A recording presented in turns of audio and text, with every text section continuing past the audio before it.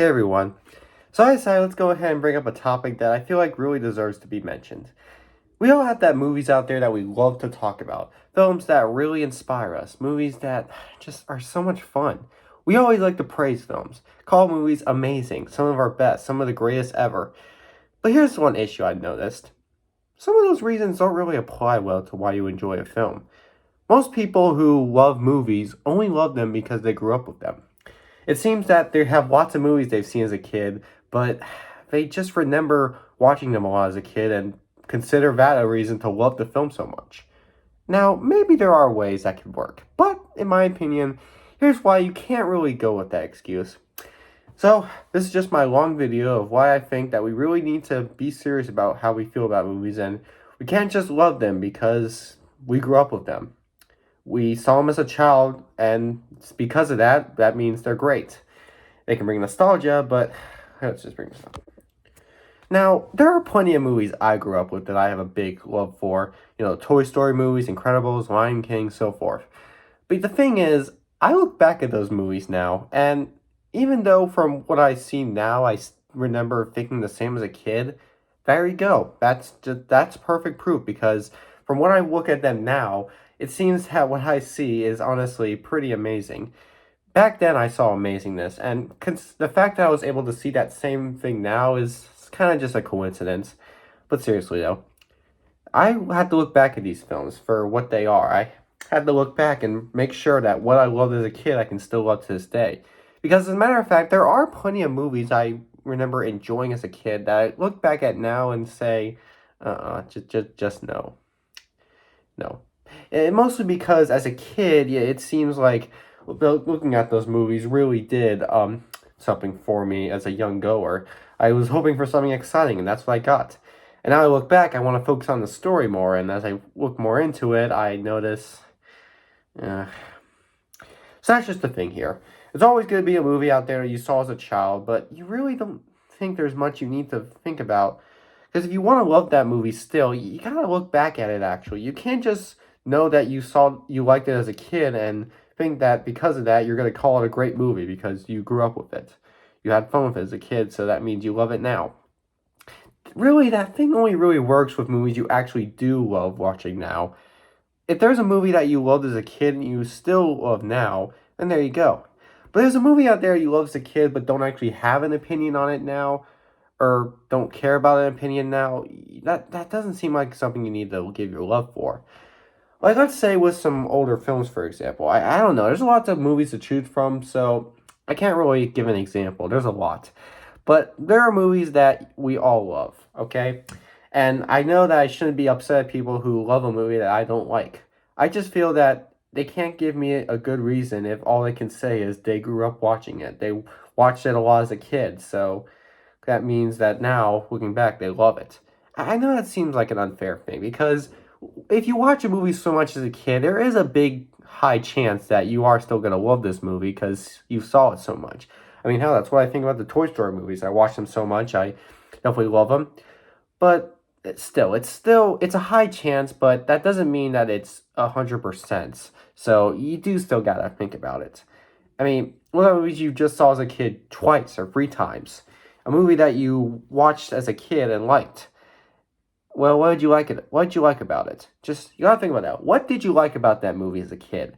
And then you gotta look back at that now and just say that, okay?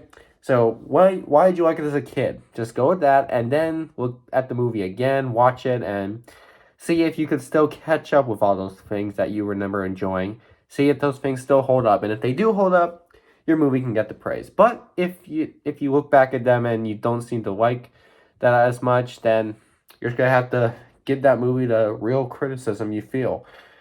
Okay, it's just what I think. I think that we all have movies out there that we like, but we can't be over here liking films that we watched as a child a couple many times they remember because we gotta actually know what to say about them. We can't just say I grew up with it, therefore it's a great movie. We can't just know that we watched it as a kid, we were hyped to see it, so that means it's great.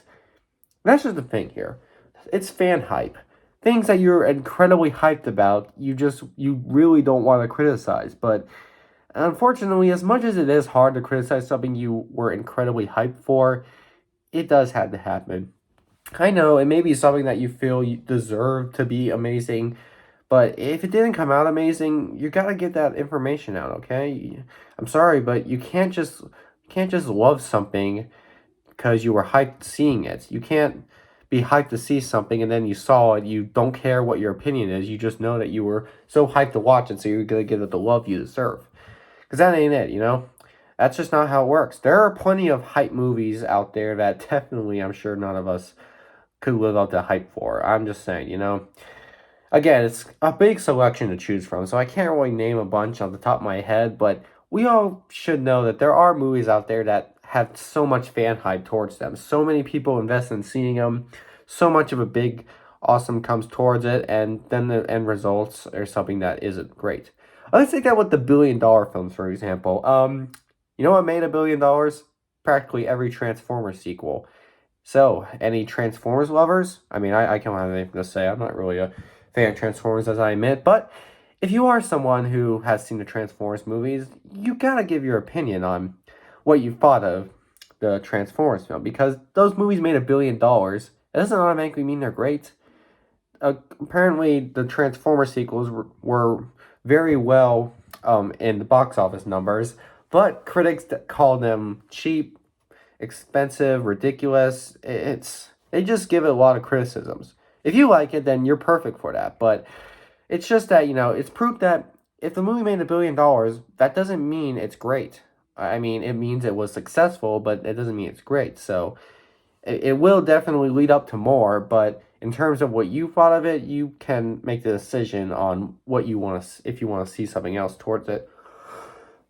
Gotta stop sneezing. Anyway, so yeah, that's just what I think. I think that personally, any movie you enjoyed as a kid, you gotta look back at now and give your actual opinion.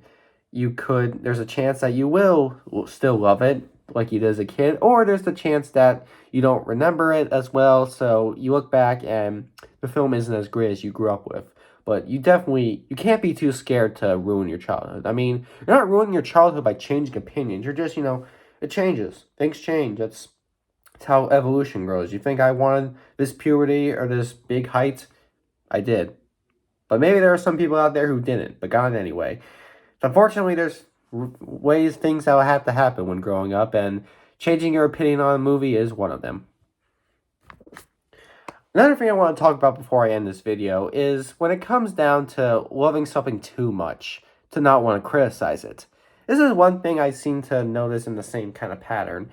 Everyone has their favorite movies. Like, of course, there's my favorite movies being Lord of the Rings, the MCU stuff, or Star Wars, all that classic, basic white dude stuff that we enjoy. I have a bunch of favorites. Now, that said, though, as much as I love the movies that I am in love with, does that mean I can't say anything bad about them? No, I don't think so. I'm sure if you've seen my list of top 10 favorite movies with the biggest issues, I point out that even some of my greatest, most loved films, they still have issues that I kind of want to address. They aren't issues that change my opinion on the film. They're just little things that were close to changing my opinion, but didn't. But then there's going to be people out there who love films so much that every single little criticism you can hear about, you try to think of the best excuse to defend it. But here's the thing. Like I said, you can't always defend things that you're so in love with. I mean, take that with your girlfriends, for example. I mean, I don't have a girlfriend, but if anybody watching this video does have a girlfriend, which seems impossible because I feel these videos are better for all the single folk. But anyway, if you do have a girlfriend, you love her. You love her so much, don't you? But I feel like I wouldn't believe you if you said that there was absolutely nothing, not one thing at all wrong with her, like at all. Nothing, not one little percentage. Like she is 100% perfect. Tell me that. Just tell me that she is 100% perfect. Now, that's the thing though.